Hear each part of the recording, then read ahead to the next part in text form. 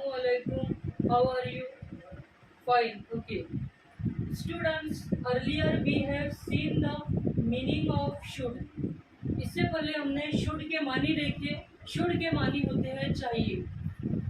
Today we will learn how we will make the question from should. आज हमें ये देखना है कि should के जरिए क्वेश्चन कैसे बनाए जाएंगे. तो इसका स्ट्रक्चर पहले देखते हैं. सबसे पहले लगेगा should, उसके बाद should plus subject plus verb की first form plus object.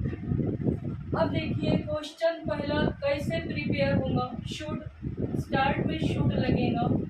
Question number first, should subject आ जाएगा आई. शुड आई, वर्ब की first form should I go. Should I go question mark. हमने ऑब्जेक्ट अभी नहीं लिया.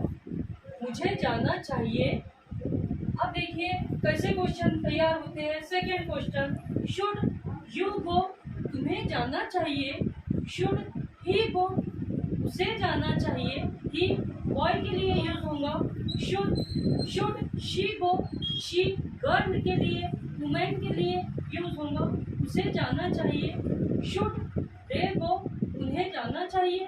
तो देखिए इस तरह से शुड के जरिए हमने क्वेश्चंस प्रिपेयर किए. तो आई होप आप अच्छी तरह से समझ गए होंगे.